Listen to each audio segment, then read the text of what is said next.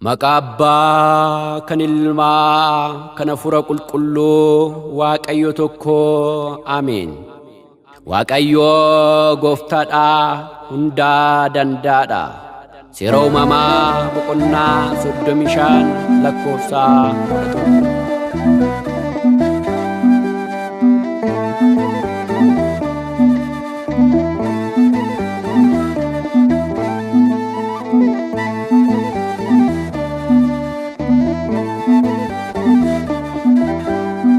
Waaqayyo mootiidha hundaadha handhaadha. Yesuus gooftaadha baraan jiraataadha. Baraan jiraataadha. Waaqayyo mootiidha hundaadha handhaadha. Yesuus gooftaadha baraan jiraataadha. Baraan jiraataadha.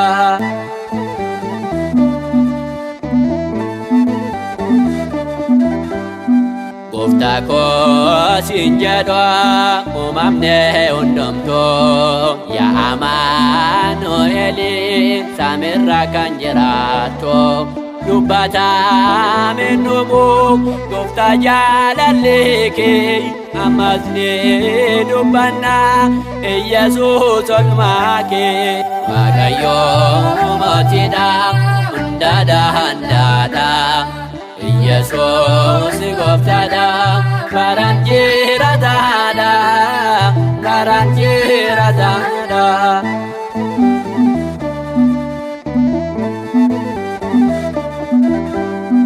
Moora horii keessatti Yesuus dhalatee nu fayyisuuf jettee fannoorraa kan oolchee.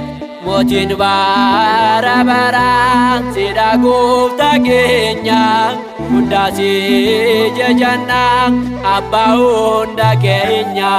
Waaqayyo mootiidha hundaadha handhaadha. Yesuus gooftaadha baraan jiraataadha. Baraan jiraataadha.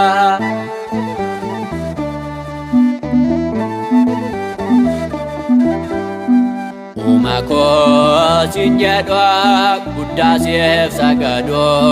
Maqaa kee ni faarsu mootii koo siin jedhu. Yesuus qofa jiraatan bara bara. Nuti si waammanna yaa abbaa araara. Waaqayyo mootiidha hundaadha handhaadha. Yesuus gooftaadha baraan jiraataadha. Baraan jiraataadha.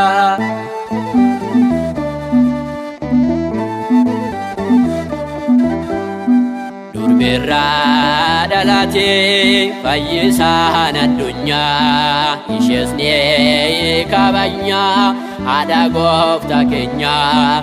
Du'a gooftaa keenyaan seexanni hidhame guyyaa dilbataatti du'a moo'ee kaa'e. Waaqayyo mootiidha hundaadha handhaadha.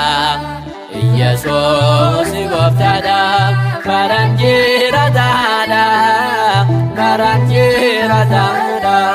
Waaqayyo mootiidha hundaadha handhaadha.